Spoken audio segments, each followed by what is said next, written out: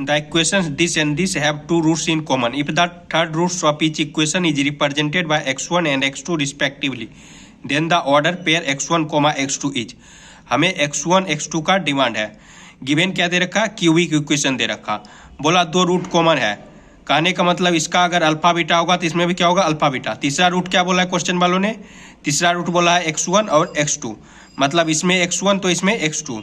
तो ये इक्वेशन हमें दे रखा, ये इक्वेशन दे रखा। क्वेश्चन में बोला दो रूट्स कॉमन, मतलब यहाँ अल्फा बीटा तो यहाँ भी अल्फा बीटा।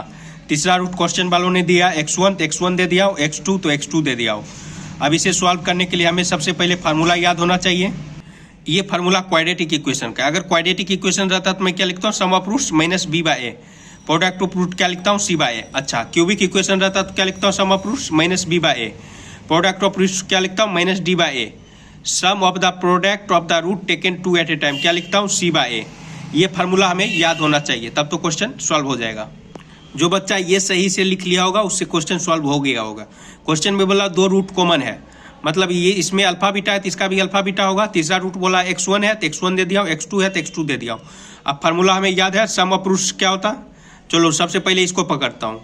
इसको मैं पकड़ लिया हूँ। सम ऑफ रूट्स का formula minus B by A.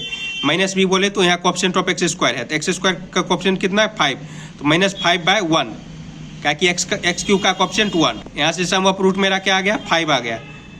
Sum of roots 5 आ गया।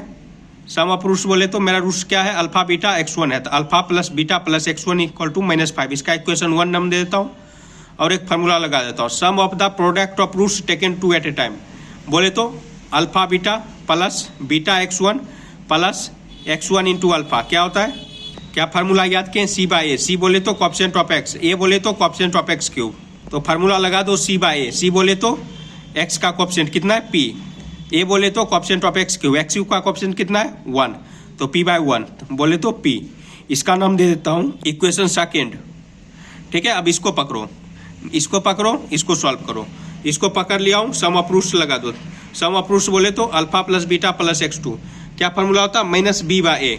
ये मेरा फार्मूला रहा, sum of roots minus B by A. Minus B बोले तो coefficient of X square, B coefficient of X square, A बोले तो coefficient of X cube, minus B by A. Formula हमें याद होना चाहिए, तो माइनस बी बाय ए मैं बोला हूँ।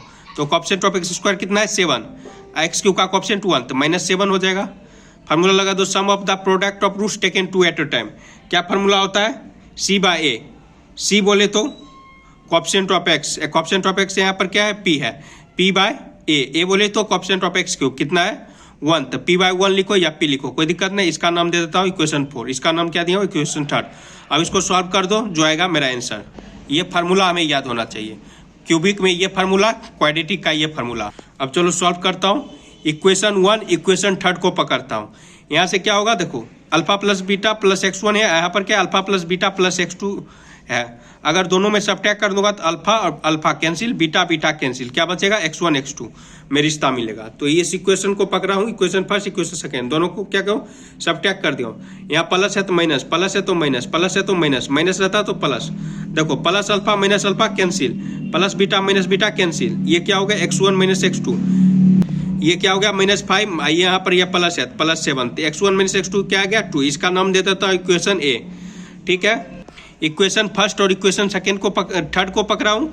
अब क्या करता हूँ? इक्वेशन नंबर सेकेंड और इक्वेशन नंबर 4 को पकड़ता हूँ। क्यों पकड़ूंगा? तो देखो इससे क्या फायदा होगा? RHS तरफ देखो, यहाँ भी P है, यहाँ भी P है, P बाय 1 या P बोलो, एक ही बात है। इससे कुछ मदद मिल जाएगा। और यहाँ देखो अल्फा बीटा, अगर मैं सब्ट्रैक्ट करूँगा तो कैंसिल हो जाएगा। ठीक है, तो मैं इक्वेशन सेकेंड इक्वेशन 4 को पकड़ लिया हूँ। तो ये क्या किया हूँ? सब्ट्रैक्ट कर दूँगा। नीचे यहाँ प्लस रहता तो माइनस देता हूँ, प्लस रहता तो माइनस, प्लस है तो माइनस, प्लस है तो माइनस। देखो ये plus alpha beta minus alpha beta cancel. ये क्या हो गया? प्लस बीटा x1 अब माइनस बीटा x2। ठीक है, प्लस x1 अल्फा अब माइनस हो जाएगा माइनस x2 अल्फा। ये प्लस p अब माइनस p क्या होगा? कैंसिल। तो क्या मेरे को बच गया? देखो यहाँ से बीटा बीटा कैंसिल नहीं, बीटा बीटा कॉमन निकलेगा तो निकाल लो। तो अंदर क्या बचा? x1 minus x2। यहाँ क्या अल्फा कॉमन निकला है? निकाल लो। अच्छा, x1 माइनस x2 मेरे को क्या आया? 2 आया। इक्वेशन ए नाम दिया था, x1 माइनस x2 सॉल्व करके 2 आया था। इसका नाम मैं इक्वेशन ए दे दिया था। पुट कर दो, तो मैं x1 माइनस x2 के जगह 2 पुट करता हूँ, तो यहाँ 2 पुट कर दिया, यहाँ 2 पुट कर देता हूँ। तो ठीक है, यहाँ 2 कॉमन निकलेगा, हाँ निकलेगा, तो 2 कॉमन निकाल लो। तो 2 यहाँ बीटा प्लस अल्फा अंदर में बचा इक्वल टू 0। ठीक है। तो इधर कूदेगा तो क्या होगा, beta plus alpha equal to 0, यहाँ से अब beta plus alpha equal to 0। चलो क्वेश्चन में चलता हूँ, beta plus alpha equal to 0 आया, तो बीटा प्लस अल्फा यहाँ 0 रखोगे तो x1 निकल जाएगा। यहाँ चलो बीटा प्लस अल्फा 0 रखोगे तो x2 निकल जाएगा, हाँ निकलेगा।